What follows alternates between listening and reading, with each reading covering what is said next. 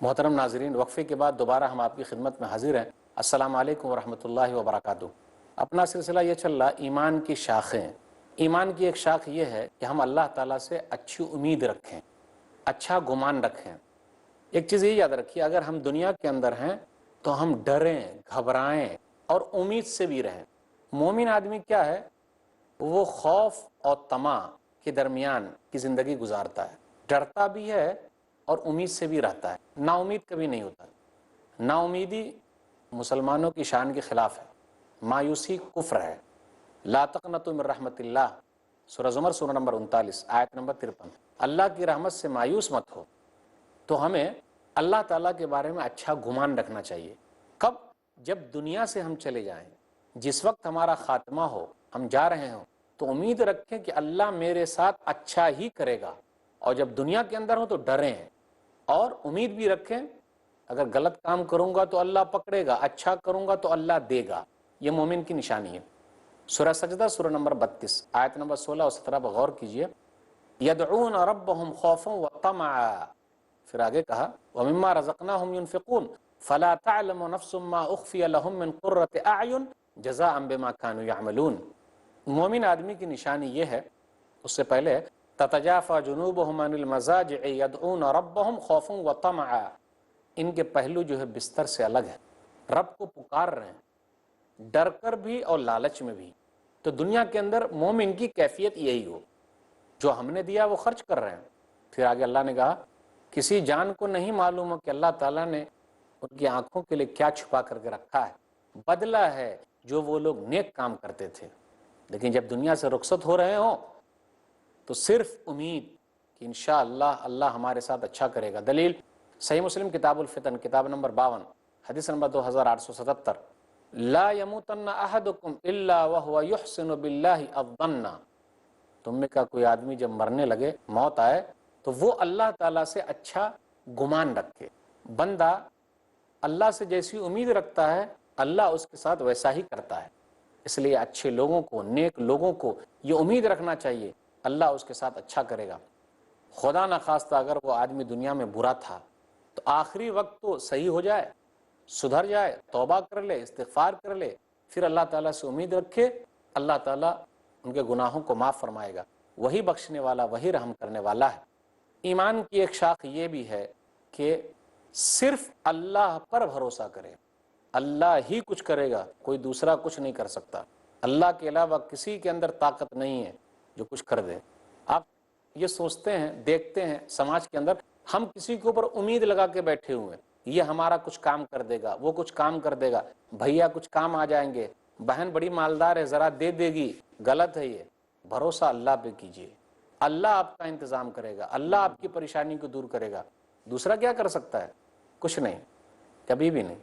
وَمَن يَتَوَكَّلْ عَلَى اللَّهِ فَهُوَ حَسْبُهُ، سورہ طلاق سورہ نمبر 65 آیت نمبر 3، کہ جو اللہ پر بھروسہ کرے گا اللہ اس کے لیے کافی ہے۔ لیکن اس کا مطلب یہ نہیں کہ صرف بھروسہ کیے رہیں، محنت نہ کریں، کوشش نہ کریں، نہیں، پہلے پختہ ارادہ بھی ہے۔ دلیل محنت بھی ہے، کوشش بھی ہے۔ پہلے اونٹ کو باندھ دینا ہے تب اللہ پر بھروسہ کرنا ہے۔ ایسا نہیں اونٹ کو کھول دیا اللہ پر بھروسہ ہے اللہ دیکھ لے گا، نہ نہ نہ، محنت کیجئے، کوشش کیجئے، لگے رہیے، پوری محنت کے بعد، پوری کوشش کے بعد رزلٹ اللہ کے اوپر۔ سورہ ال عمران سورہ نمبر 3 آیت نمبر 159، فَإِذَا عَزَمْتَ فَتَوَكَّلْ عَلَى اللَّهِ، جب آپ نے پختہ ارادہ کر لیا تو اب اللہ پر بھروسہ کیجئے، پوری محنت کر لیجئے دنیاوی اعتبار سے، پھر اس کے بعد اللہ پر بھروسہ کیجئے۔ ایک حدیث پر غور کرتے ہیں، سنن ترمذی کتاب الزہد کتاب نمبر 34 باب نمبر 33 حدیث نمبر 2344، لو انکم کنتم توکلون علی اللہ حق توکلہ لرزقتم کما ترزق الطیر تغدو خماسا وتروح بطانا، اللہ پر جس طرح بھروسہ کرنے کا حق ہے، اگر تم بھروسہ کر لو تو تم کو روزی دی جائے گی جس طریقے سے پرندوں کو روزی دی جاتی ہے۔ تغدو خماسا وتروح بطانا، پرندے جب گھونسلے سے صبح کے وقت نکلتے ہیں تو خالی پیٹ ہوتے ہیں، جب واپس آتے ہیں تو ان کا پیٹ بھرا ہوا ہوتا ہے۔ اس حدیث پر غور کیجئے، صرف ہاتھ پر ہاتھ دھرے رہنے سے نہیں کچھ ہوگا، محنت کرنی پڑے گی۔ پانی آپ کے پاس ہے، ہاتھ تو لگائیں گے، گلاس میں تو ڈھاریں گے تب نہ پانی منہ میں جائے گا، منہ تک لے جائیں گے، ویسے ہی بول دیں گے کہ نہیں پانی خود بخود آ جا، ایسا نہیں ہے۔ اس حدیث پر غور کیجیے، اس میں یہ بھی مسئلہ ہے، پرندے اپنے گھونسلے سے نکلتے ہیں، محنت کرتے ہیں، کوشش کرتے ہیں، دانا چگتے ہیں، لگے ہوئے ہیں، دانا کہاں ملے گا؟ تو جب محنت کریں گے تو اللہ اس میں برکت دے گا، حرکت میں برکت ہے، یہ تو ہم جانتے ہیں۔ سورہ جمعہ سورہ نمبر 62، فَإِذَا قُضِيَتِ الصَّلَاةُ فَانتَشِرُوا فِي الْأَرْضِ وَابْتَغُوا مِن فَضْلِ اللَّهِ وَاذْكُرُوا اللَّهَ كَثِيرًا لَعَلَّكُمْ تُفْلِحُونَ۔ جب نماز پوری ہو جائے تو زمین میں پھیل جاؤ اور اللہ کی روزی روٹی تلاش کرو۔ بڑے افسوس کے ساتھ کہنا پڑتا ہے، ہماری صبح کب ہوتی ہے؟ جلدی صبح کیجئے، فجر کی نماز کے لیے اٹھیے، نکل جائیے تجارت میں۔ کہا گیا جب نماز ختم ہو جائے تو زمین میں پھیل جاؤ اور روزی روٹی تلاش کرو۔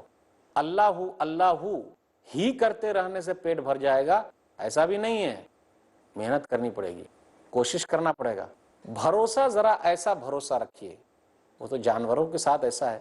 شیر کو کبھی ہم نے دیکھا ہے کہ گوشت لانے کے لیے وہ دکاندار کے پاس جاتا ہے کہ مجھے بھی گوشت دیجیے گا، میں گوشت خرید رہا ہوں؟ دیکھیے ذرا بھروسہ، یعنی آپ محنت کیجئے، وہ بیچارہ محنت تو نہیں کر سکتا، لوگ اس کو دیں گے نہیں گوشت۔ دکاندار کے پاس آئے گا تو دکاندار دے گا نا، وہ ڈر کے مارے سب بھاگ جائیں گے۔ لیکن بھروسہ کتنا ہے اللہ پر، اس کو بھی وہ اپنے پنجرے میں بیٹھا ہوا گوشت خود بخود آ رہا ہے، وہ بیچارہ مجبور ہے۔ ہم تو مجبور محض نہیں ہیں، ہم تو محنت کر سکتے ہیں۔ چرند بھی پرند بھی، آپ دیکھ لیجئے گرمی کے دنوں میں، ٹھنڈی کے دنوں میں، کس موسم میں کہاں کی چرند کہاں کے پرند کہاں سے کہاں اڑ کے چلے جاتے ہیں، دانے کے چکر میں، پانی کے چکر میں محنت کرتے ہیں۔ بڑے افسوس کے ساتھ کہنا پڑتا ہے ہم اور آپ محنت سے جی چرا رہے ہیں۔ کیوں ایسا؟ بہت سارے پڑھے لکھے لوگ ایسے بھی ہیں جن کے ہاتھ میں ڈگریاں ہیں، بھائی نوکری کے چکر میں نوکری نہیں مل رہی ہے، نہیں مل رہی ہے، تجارت کیجئے، تجارت میں اللہ نے برکت رکھی ہے، حرکت میں برکت ہے، محنت کیجئے، ہاتھ پر ہاتھ دھرے مت بیٹھیے، چھوڑیے، محنت کیجئے، اللہ برکت دے گا۔ صحابہ کرام بڑے بڑے تاجر ہوا کرتے تھے، بڑی محنت کرتے تھے، لگے رہتے تھے۔ تو دنیا بھی کمانا ہے، دین بھی کمانا ہے۔ دنیا میں بھی دین ہے، اگر اچھے تاجر پیدا ہو جائیں، دکاندار اچھے دکاندار ہو جائیں، ایماندار ہو جائیں، مارکیٹ میں وہ لوگ پہنچے تو وہاں بھی آپ کو اسلام نظر آئے گا، شانتی نظر آئے گی۔ یہ اچھے لوگ نہیں جا رہے ہیں، اس لیے بے ایمان لوگ قبضہ کیے بیٹھے ہیں۔ تو محنت کیجئے، آگے بڑھیے، اللہ پر بھروسہ کیجئے، اللہ برکت دے گا۔ اللہ نے ہر چیز کا نظام اپنے ہاتھ میں رکھا ہے۔ ان اللہ هو الرزاق ذو القوۃ المتین، سورہ زاریات سورہ نمبر 51 آیت نمبر 58۔ اللہ تعالیٰ وہ ہے جو رزاق ہے، روزی روٹی دیتا ہے، بہت زبردست طاقت والا ہے۔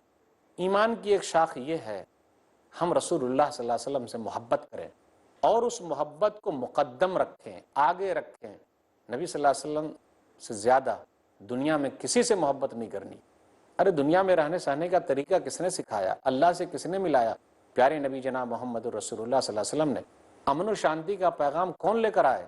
بہار اب جو دنیا میں آئی ہوئی ہے، بہار اب جو دنیا میں آئی ہوئی ہے، یہ سب پود انہی کی لگائی ہوئی ہے۔ صحیح بخاری کتاب الایمان کتاب نمبر 2 حدیث نمبر 15، باب نمبر 8، باب حب الرسول من الایمان، رسول اللہ صلی اللہ علیہ وسلم سے محبت ایمان کا حصہ ہے۔ جو رسول اللہ صلی اللہ علیہ وسلم سے محبت نہیں کرے گا وہ مومن نہیں ہے۔ ایمان کی شاخ میں سے یہ رسول اللہ صلی اللہ علیہ وسلم سے محبت کرنا، ان کی باتوں پر عمل کرنا، ان کے بتائے ہوئے طریقے پر چلنا، ہمیشہ درود و سلام پڑھتے رہنا۔ اللہم صلی علی محمد وعلی آل محمد کما صلیت علی ابراہیم وعلی آل ابراہیم انک حمید مجید، اللہم بارک علی محمد وعلی آل محمد کما بارکت علی ابراہیم وعلی آل ابراہیم انک حمید مجید۔ ہم اور آپ اگر پڑھتے ہیں، ایک مرتبہ پڑھتے ہیں تو اللہ 10 رحمت اتارتا ہے۔ پوری دنیا میں اللہ تعالیٰ نے فرشتوں کو پھیلا کر کے رکھا ہے جن کی ڈیوٹی ہی یہی ہے کہ نبی صلی اللہ علیہ وسلم پر درود و سلام لے کے جائیں۔ تو بڑے احسانات ہیں نبی صلی اللہ علیہ وسلم کے، جو احسانات ہیں کوئی چکا نہیں سکتا۔ ہم اور آپ ان کے لیے کیا کر سکتے ہیں؟ اللہ تعالیٰ نے ان کے اگلے پچھلے گناہ معاف فرمائے۔ ہم بڑے خوش نصیب ہیں کہ اللہ تعالیٰ نے ہم لوگوں کو نبی صلی اللہ علیہ وسلم کی امتی بنایا ہے۔ رسول اللہ صلی اللہ علیہ وسلم سے محبت ایمان ہے، جو محبت نہیں کرے گا وہ مومن نہیں ہے، وہ کافر ہے۔ اپنا نام کاٹ لے، گستاخ رسول لوگ پیدا ہو رہے ہیں، اپنا نام مسلمانوں جیسا نام رکھتے ہیں اور نبی صلی اللہ علیہ وسلم کی شان میں گستاخی کر رہے ہیں۔ دنیا میں رہنے کا کوئی حق نہیں ہے، وہ مومن ہو ہی نہیں سکتا۔ نبی صلی اللہ علیہ وسلم نے فرمایا لا یؤمن احدکم حتی اکون احب الیہ من والدہ وولدہ والناس اجمعین، تم میں کا کوئی اس وقت تک مومن ہو ہی نہیں سکتا جب تک میں اس کے نزدیک اس کے ماں باپ، اس کے بال بچے اور تمام لوگوں سے زیادہ محبوب نہ ہو جاؤں۔ نبی صلی اللہ علیہ وسلم کی عزت، ان کا احترام کرنا ہے، ان پر جو کتابیں اتاری ہے قرآن کریم ان پر عمل کرنا ہے، اپنی طاقت کے بھر لگے رہنا ہے۔ نبی صلی اللہ علیہ وسلم کی شان میں جو بھی گستاخی کرے گا، ہم دفاع کے لیے آگے بڑھیں گے، کوشش کریں گے، لگے رہیں گے۔ صحابہ کرام نے بھی کوشش کی ہے، لگے رہے ہیں۔ قیامت کی صبح تک ہم نبی صلی اللہ علیہ وسلم کی شان میں گستاخی برداشت نہیں کریں گے۔ ہمیں اور آپ کو نبی صلی اللہ علیہ وسلم سے محبت کرنی ہے۔ اصلی محبت سورہ آل عمران سورہ نمبر 3 آیت نمبر 31، قل ان کنتم تحبون اللہ فاتبعونی یحببکم اللہ ویغفر لکم ذنوبکم واللہ غفور الرحیم۔ کہہ دیجئے اگر تم لوگ اللہ سے محبت کرتے ہو تو میری بات مانو۔ اصلی محبت ہے نبی صلی اللہ علیہ وسلم کی بات ماننا۔ مثال کے طور پر کوئی کہے اپنے ابو سے، میں اپنے ابو سے بہت محبت کرتا ہوں، امی سے بہت محبت کرتا ہوں، لیکن میں بات مانتا ہی نہیں ہوں۔ بات ماننا ہے، عمل کرنا ہے، اللہ تم سے محبت کرے گا، اللہ گناہوں کو معاف فرمائے گا، وہ بخشنے والا، رحم کرنے والا ہے۔ تو ایمان کی ایک اہم شاخ یہ ہے کہ ہم رسول اللہ صلی اللہ علیہ وسلم سے محبت کریں۔ اللہ تعالی ہم تمام لوگوں کے دلوں میں رسول اللہ صلی اللہ علیہ وسلم کی محبت پیدا کر دے، آمین۔ ناظرین، آج کی نشست میں بس اتنا ہی۔ سبحان ربک رب العزت عما یصفون وسلام علی المرسلین والحمد للہ رب العالمین، والسلام علیکم ورحمۃ اللہ وبرکاتہ۔